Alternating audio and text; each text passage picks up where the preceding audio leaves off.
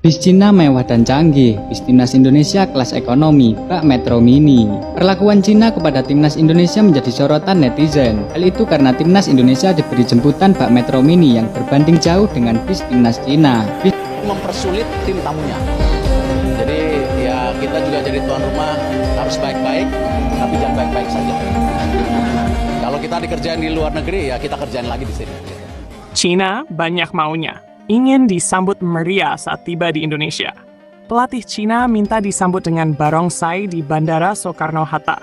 Padahal timnas Indonesia di Cina dinaikkan Kopaja. Sungguh tak tahu malu. Sebelum lanjut ke berita utamanya, mari kita bantu channel ini agar terus menyuarakan kebenaran. Tekan tombol like jika kalian cinta sepak bola nasional, dan subscribe untuk jadi bagian dari perjuangan media independen. Karena satu like dan satu subscribe dari kalian itu berarti satu langkah mengurangi pengangguran dunia. Ayo, jangan lupa. Sudah? Jelang laga penentuan antara Timnas Indonesia versus Timnas Cina di kualifikasi Piala Dunia 2026, publik sepak bola tanah air kembali dibuat geram. Bukan karena permainan atau strategi, melainkan ulah pelatih timnas Cina, Branko Ivanovic, yang secara terang-terangan mengajukan permintaan nyeleneh dan tak masuk akal menjelang kedatangan mereka ke Indonesia. Permintaan yang dimaksud? Tak tanggung-tanggung. Ivanovic meminta agar timnas Cina disambut dengan barongsai setiba mereka di Bandara Soekarno-Hatta, Jakarta. Bukan hanya itu, kabarnya mereka juga minta pengamanan ekstra, karpet merah, serta fasilitas kelas 1 yang disebutkan harus menggambarkan rasa hormat Indonesia kepada Cina.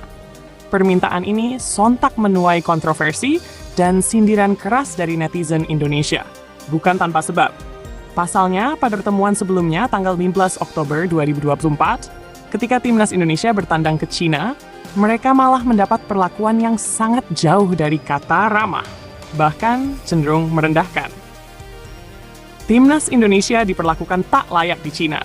Masih hangat dalam ingatan bagaimana skuad Garuda disambut secara dingin di Cina. Tak ada upacara, tak ada sambutan resmi, bahkan fasilitas yang disediakan pun bikin geleng-geleng kepala. Salah satu yang paling mencolok adalah bus pengangkut pemain yang mirip dengan angkutan karyawan pabrik. Banyak netizen menyindir keras situasi ini. Alah, bis angkutan buruh itu bukan buat pemain nasional. Masih kerenan bus Damri Kalapa Jatinangor, Njir. Timnas negara sahabat disuruh naik Kopaja, giliran datang ke sini mau barongsai, lucu. Kondisi yang buruk ini juga berdampak langsung pada tim. Bek andalan Indonesia, Jordi Amat, bahkan mengalami cedera saat sesi latihan di Cina karena kondisi lapangan yang tak standar.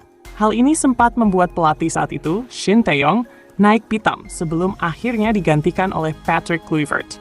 Erick Thohir Indonesia tak akan tunduk. Melihat permintaan dari pelatih Cina yang dinilai tak masuk akal dan tak tahu diri ini, Ketua Umum PSSI Erick Thohir langsung memberikan tanggapan tegas. Dalam pernyataannya, Erick menyebut bahwa Indonesia adalah negara yang menjunjung tinggi nilai tamu, tapi bukan berarti bisa diperlakukan seenaknya. Kita tentu sambut siapapun yang datang dengan baik. Tapi kalau permintaannya kelewat batas dan tidak menghargai bagaimana mereka memperlakukan kita sebelumnya, tentu kita punya harga diri, tegas Erick kepada media. Tak ada sambutan barongsai, tak ada karpet merah. Tidak ada fasilitas mewah untuk tim yang sebelumnya memperlakukan kita layaknya tim kampung. Itulah garis keras dari PSSI. Laga hidup mati di Gelora Bung Karno. Laga antara Indonesia versus Cina yang akan digelar Kamis 5/6/2025 di Stadion Utama Gelora Bung Karno diprediksi akan berlangsung panas, baik di dalam maupun di luar lapangan. Indonesia saat ini berada di posisi keempat grup C dengan 9 poin, sementara Cina berada di dasar klasemen dengan 6 poin.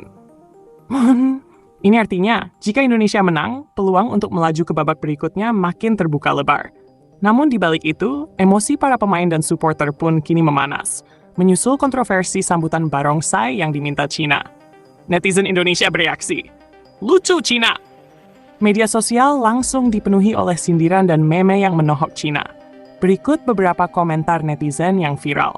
Datang naik Kopaja, pulangnya mau barongsai. Ini timnas apa badut keliling? China banyak mau, tapi lupa diri. Di tempat mereka kita dihina. Di tempat kita mereka mau dijamu mewah. Mana harga dirinya? Erick Thohir, tolong jangan kasih panggung buat yang nggak tahu malu begini. biar ngerasain fair is fair. Sikap netizen Indonesia ini memperlihatkan bahwa masyarakat kini tak hanya menuntut prestasi di lapangan, tapi juga kehormatan di luar lapangan. Kata pengamat, China overreacting. Pengamat sepak bola Asia, Haris Permana, mengatakan bahwa permintaan China ini adalah bentuk overcompensating karena mereka sedang dalam tekanan. China sedang di posisi bawah klasemen, jadi mereka ingin sedikit menyuntik moral pemainnya dengan hal-hal simbolis. Tapi mereka lupa bahwa simbolisme tanpa etika hanya akan jadi bahan tertawaan, ujar Haris.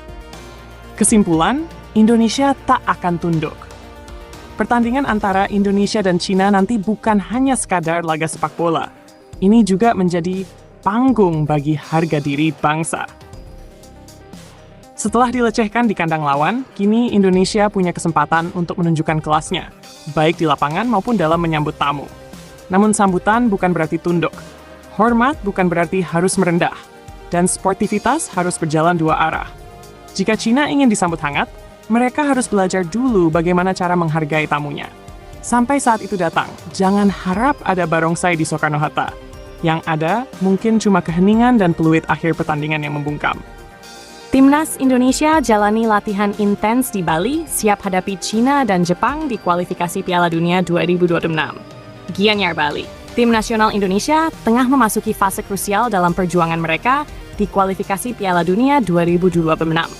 Dua laga penentu menanti, melawan China pada 5 Juni dan Jepang pada 10 Juni. Untuk menghadapi tantangan besar ini, skuad Garuda menjalani pemusatan latihan TC selama sepekan di Bali United Training Center, Sukawati, Kabupaten Gianyar, Bali, yang dimulai sejak Senin 26 Mei 2025. Sebanyak 32 pemain dipanggil oleh pelatih kepala Patrick Clifford, yang tampak antusias memimpin latihan perdana. Dalam wawancara yang diunggah melalui kanal YouTube Timnas Indonesia, Clifford menyampaikan kesan positifnya terhadap suasana dan fasilitas latihan di Bali. Saya rasa suasananya sangat luar biasa. Lapangannya juga sangat bagus. Dan yang paling penting bagi saya adalah udara yang segar, ujar Clifford, Selasa 27/5. Dalam latihan perdana, 23 pemain sudah ambil bagian. Beberapa nama yang terlihat di lapangan antara lain kiper Hernando Ari dan Nadeo Argawinata, serta para pemain depan seperti Ole Romeni, Ramadan Sananta, dan Rafael Struik. Shane Petinama juga ikut berlatih, menunjukkan kesiapan fisiknya setelah sempat diragukan kebugarannya. Sementara itu, 9 pemain lainnya belum bergabung di hari pertama karena berbagai alasan, termasuk komitmen klub dan perjalanan jauh dari Eropa. Mereka adalah Justin Hubner, Calvin Verdong, Beckham Putra, Sandy Walsh, Jay Izes, Miss Hilgers, Martin Pace, Eliano Reinders, dan Kevin Dix. Kabar baiknya, 3 di antaranya, Hubner, Verdong, dan Beckham, sudah mulai bergabung dalam sesi latihan hari kedua. Yang menarik, ada 5 pemain lama yang kembali mendapat panggilan. Mereka adalah Reza Arya, Jakob dan Yense Sayuri-Naikse, Stefano Lillipali, Borneo FC, dan Asnawi Mangkualam FC Thailand. Kelima pemain ini membawa pengalaman dan kedalaman skuad yang sangat dibutuhkan untuk menghadapi lawan-lawan tangguh. Nama-nama lain yang turut mendapat sorotan adalah Miss Hilgers dan Egy Maulana Fikri, yang sempat absen pada pemanggilan sebelumnya karena cedera, kini kembali ke dalam radar pelatih. Namun, Ragnar Oratmangoen yang sempat menjadi andalan di laga sebelumnya tidak dipanggil karena belum sepenuhnya pulih dari infeksi pada lutut. Latihan di Bali ini dirancang untuk meningkatkan kekompakan tim serta adaptasi taktik.